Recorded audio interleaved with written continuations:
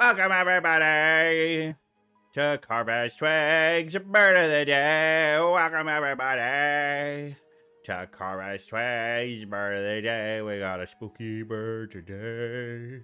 Do you want to see a spooky bird? Because we got a spooky bird. Okay, so what kind of bird am I talking about? What kind of bird am I talking about? Well, all I can say is this bird is pretty foul. It's pretty foul indeed. Today's bird is the great Curassow. Dun dun dun.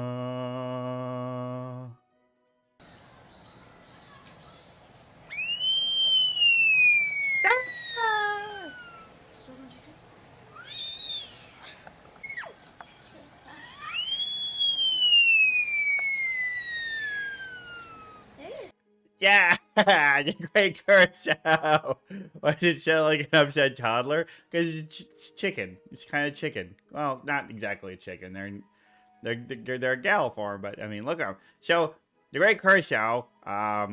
Just so you know, one on the left, that's the lady. The one on the right, that's the boy. So they look pretty different, males and females. They got different colorations on it. The ladies, I actually think the ladies are prettier. Ladies are way prettier. But look at all those cool, different black and white colorations on their head and neck, and those beautiful brown feathers. Oh, beautiful ladies. She's some beautiful ladies. And the males got those cool beaks, cool ass beaks. Let me tell you a little more about the great Curassow.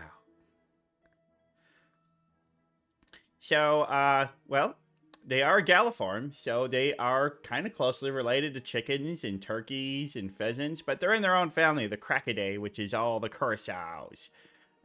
And, yeah, kind of big birds, 31 to 39 inches long, although that is the largest of all the Curassows. And there's about a dozen different species. About 30 to 35 inch wingspan, about, give or take half an inch. And weighing about 6.8 to 10 pounds. The males are a little bit bigger, about 10-15% bigger. And yeah, 24-year lifespan. These fellas live pretty good long lives. Not bad. Not bad at all. Now, the 24-year is like their longest lifespan, and that was one in captivity. But I wasn't actually able to find like good lifespan data online, but it seemed like the ones in the wild are probably living 15 to 20 years on average, which ain't too bad. Ain't too bad. As you can see, these are very Central American bird, but they, they go all the way up kind of over there on the east coast of Mexico and through all those Central American countries, kind of preferring to live on the coasts, as you can see, and going all the way down there into South America. So they got a pretty broad range, but they like it warm. They like it warm and tropical. Can you blame them? I can't blame them. So, now, you might think it's like, oh, they're like chickens. Can they fly? Well, they can fly, but they are very bad flyers.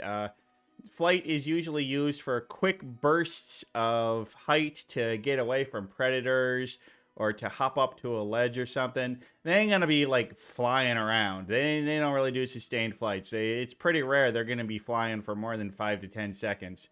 And 10 seconds is a really long flight for these guys. Yeah, they prefer to hang out on the ground. They ground bird. It's where they nest. It's where they eat. It's just like it's just kind of what they do. They live on the ground. They like to run. Good legs. Good strong legs. They're mostly a vegetarian bird. You're gonna go and eat seeds, and they really like fruits and berries and stuff like that. But they find a grasshopper, I don't eat a grasshopper. Yeah, some ants as a treat. They're like 90% vegetarian, but yeah, they're ground foragers. Whatever they can find on the ground, they're gonna eat. If it looks tasty, they're gonna eat it. And a lot of what they do is like they eat the seeds of fruits. They really like fruits. Fruits are their favorite things.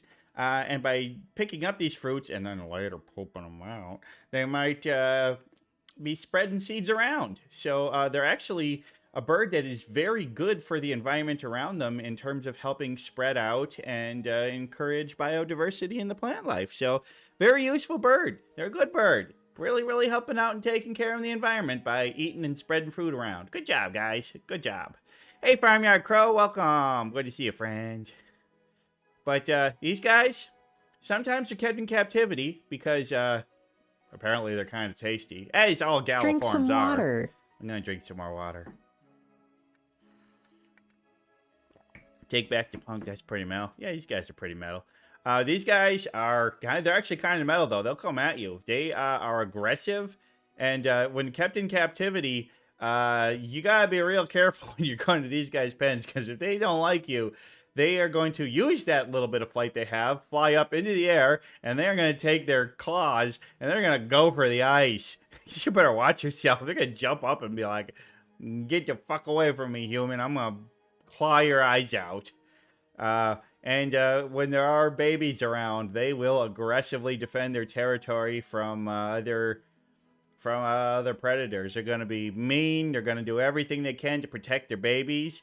And sometimes if they think scaring doesn't work or running don't work, they will actually feign injury. They're going to pretend to be injured so that the chicks can get away. And then, you know, because natural selection and all, the foxy or something is going to be like, oh, that one's weak. That one's limping. I'm going to go after that one. And the distraction is enough to let the babies get away. And then when the fox gets close, they leap into the air and fly away like, haha, I wasn't injured. So, yeah, they're actually kind of smart. Kind of smart. These smart birds. Not too bad. Now, they are monogamous birds. They will change partners from, you know, they might stick with a partner for 1 year, maybe for a couple years. But it's not going to be a for life thing. But they're generally monogamous at a time and in a season. And especially when there's babies around. And so they're not big flocks. So usually you're going to have mom and dad and maybe their chicks. And the chicks might stick around for a couple years. But mostly they're going to be in small groups or pairs. So you're not going to see them in big flocks with each other. Yeah, that's just the way they do. That's the way they do. But yeah, when they do mate up, they usually they find like crooks of trees that are kind of like those low, more like shrub type trees, ones that have just like little crooks in them that can, you know, where two branches are coming together, and they'll hop up to there, make their nest in there, and usually, she's gonna lay 2 eggs, and she's gonna incubate herself, and then when the eggs are hatched, this is another one of those cool little birds where the eggs hatch almost completely able to go around within like an hour of hatching. Once they shed off all that, you know, egg goo, they're able to walk around and peck on the ground. And since they're mostly vegetarian, they can, and those seeds ain't gonna fight back or run away. So the babies are actually able to start feeding themselves from day one. So the parents really don't have to do any feeding of the babies. The babies just need basically protection from predators. And of course, as any bird, you know, when they're an egg and when they're a baby is when they're most vulnerable. But you know, these guys do have a good number of predators. I mean, they're galliform. Galliforms are landfowl. They're tasty birds. I think it's well agreed upon that this is the tastiest order of birds. There's a lot of things that like to eat them, including humans. But fortunately, their population is doing pretty good.